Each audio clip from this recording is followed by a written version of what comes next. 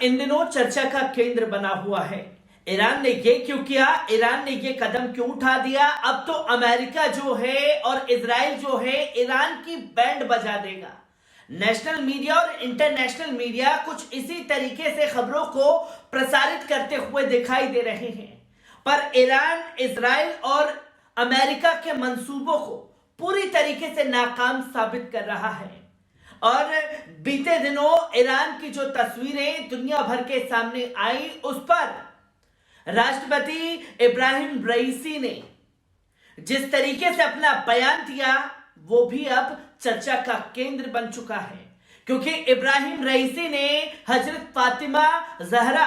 सलामुल्लाह अलैही के बारे में ऐसी बातें बताई जिसे सोचने और सुनने के लिए लोग जो हैं वो मजबूर हो चुके हैं। और ईरान में किस तरीके से ब्रिटेन के 7 आतंकियों को पकड़ा गया है इसके बारे में भी आपको बताऊंगा। पर वहीं सऊदी अरब से जो दौर ईरान का बातचीत का शुरू हुआ है उसके बारे में भी जान लेना जरूरी है, क्योंकि ईरान के राष्ट्रपति का खुल करके बयान देना, सऊदी अरब से बढ़ती नजदीकियां और ब्रिटेन के आतंकियों को पकड़ा जाना, कई सारे सवाल जो हैं वो खड़े हो जाते हैं। क्या कुछ इब्राहिम रईसी ने कहा है, एक बार उनके बयान पर नजर डालते हैं। ईरान के राष्ट्रपति ने कहा है कि हजरत फातिमा ज़हरा ने अपने खुतबों से निफाक और मिथ्याचार की नकाब हटा दी और खुद उनका खुतबा जिहाद का जलवा है। समाचार एजेंसी ईरान प्रेस के अनुसार राष्ट्रपति सैयद इब्राहिम रईसी ने इराक द्वारा और ईरान पर थोपे गए 8 वर्षीय युद्ध के पवित्र प्रतीक्षा काल के दौरान शहीद होने वाले कुछ अनाम सैनिकों की शव यात्रा समारोह में कहा कि हजरत फातिमा ज़हरा सलामुल्लाह अलैही इतिहास की एक महान महिला है और वे समाज के आदर्श के रूप में समाज और हजरत मोहम्मद सल्लल्लाहु अलैहि वसल्लम साहब के इस्लाम की मिरास की रक्षा करना चाहती हैं और साथ ही विलायत की भी रक्षा करना चाहती हैं। इसलिए वे घर से बाहर आई ताकि अपने खुतबों के माध्यम से निफाक के चेहरे पर पड़े पर्दे को हटा दे। राष्ट्रपति ने इसी प्रकार देश में होने वाले हालिया उपद्रवों की ओर संकेत करते हुए कहा कि हालिया घटनाओं में समस्त साम्राज्यवादी धड़े और तत्व पूरी क्षमता से सामने आ गए और जो लोग सामने नहीं आए वे अफवाह फैलाने वाले और अफवाह का माहौल बनाने का काम करते थे और वे लोगों से उम्मीद व आशा को ले लेना चाहते थे और इस्लामी समाज को पूरी तरीके से बदनाम कर देना चाहते थे। इसी प्रकार राष्ट्रपति ने कहा कि इस्लामी ईरान सर्वोच्च नेता के मार्गदर्शन की छत्र छाया में विकास और प्रगति की मार्ग को तय कर रहा है। उन्होंने बल देकर कहा कि दुश्मन के क्रोध का कारण यही विकास और प्रगति है और ईरान के खिलाफ दुश्मनों के समस्त प्रयासों व षड्यंत्रों पर पानी फिर गया है। राष्ट्रपति सैयद इब्राहिम रईसी ने कहा कि जो लोग दुश्मनों के छलावे में आ गए उनके लिए ईरानी राष्ट्र का द्वारा खुला हुआ है और परंतु वे दुश्मनों पर दया नहीं करेगा। साथ ही उन्होंने कहा कि दुश्मन ने अपनी पूरी क्षमता से ईरान के विकास के मार्ग में रुकावटें डाली हैं और आज वे कबूल कर रहे हैं कि उनके समस्त दबाव व हथकंडे पूरी तरीके से नाकाम साबित होंगे।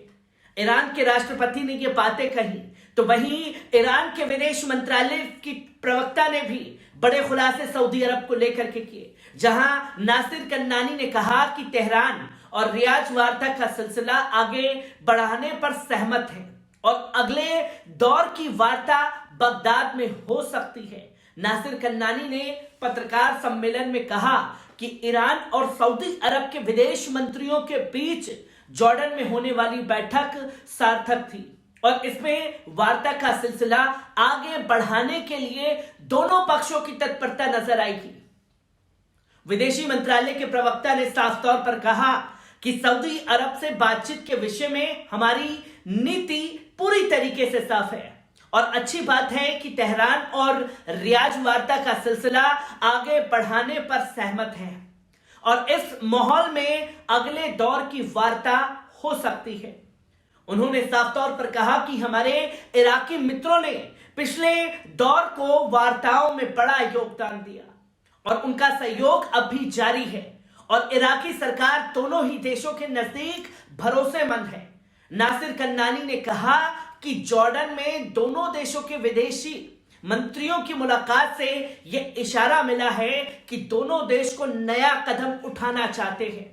और ईरान का स्टैंड यह है कि दोनों पड़ोसी देशों के बीच औपचारिक रूप से संबंधों की बहाली, एक वार्ता का सिलसिला जारी रहना चाहिए। विदेश मंत्रालय के प्रवक्ता ने परमाणु समझौते के संदर्भ में पाबंदियां हटवाने के लिए जारी वार्ता के बारे में कहा कि अमेरिका का यह रवैया विरोधाभासी है। उन्होंने जॉर्डन में यूरोपीय विदेश नीति के प्रभारी जोजेप बोरेल से विदेश मंत्री हुसैन अमीर अब्दुल्लाहियान की मुलाकात के बारे में कहा। इससे अच्छा अवसर उत्पन्न हुआ है और यह नतीजा निकला कि अंतिम समाधान तक पहुंचने तक वार्ता का सिलसिला यूं ही जारी रहे, मगर अमेरिका का रवैया विरोधाभासी है। उन्होंने कहा समझौता मेज पर है और ईरान की नजर से समझौते का दरवाजा खुला है, लेकिन खेद की बात यह है कि अमेरिका का रवैया नकारात्मक है। वो संदेश कुछ और देता है और उसका अमल कुछ और ही होता है, जो कि सऊदी ईरान कैसे करीब आ रहे हैं उसके बारे में जिक्र है। तो वहीं ईरान में ब्रिटेन के साथ आतंकी रविवार को ईरान के इस्लामी क्रांति फोर्स IRC देश हालिया दंगों के सबसे में ब्रिटेन से जुड़े एक नेटवर्क का भांडाफोड़ करते हुए 7 सदस्यों को गिरफ्तार किया। रविवार को IRGC की ओर से जारी किए गए एक बयान के मुताबिक ब्रिटेन से जुड़े हालिया दंगों में भूमिका अदा करने वाले 7 सरगनाओं को IRGC की खुफिया एजेंसी ने गिरफ्तार किया था।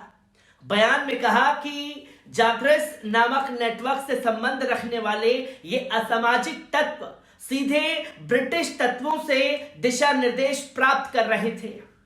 और उनका मकसद हालिया दंगों के दौरान इस्लामी व्यवस्था को उखाड़ फेंकना था।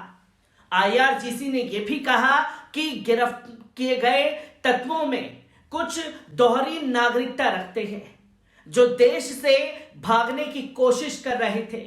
लेकिन किसी भी कार्यवाही से पहले उन्हें किरमान प्रांत में IRGC के खुफिया विभाग ने धर दबोचा और जेल भेज दिया है। IRGC का खुफिया विभाग अब इस नेटवर्क से जुड़े बाकी समस्त तत्वों की खोज कर रहा है, जिसके बारे में बाद में विस्तार से जानकारी सार्वजनिक की जाएगी। इस पर ब्रिटेन के विदेश मंत्रालय ने इस लंदन से जुड़े इन तत्वों की ईरान में गिरफ्तारी पर प्रतिक्रिया देते हुए कहा कि वे ब्रिटिश ईरानी दोहरी नागरिकता रखने वालों की गिरफ्तारी पर ईरानी अधिकारी से अधिक जानकारी हासिल करने का लगातार प्रयास कर रहे हैं।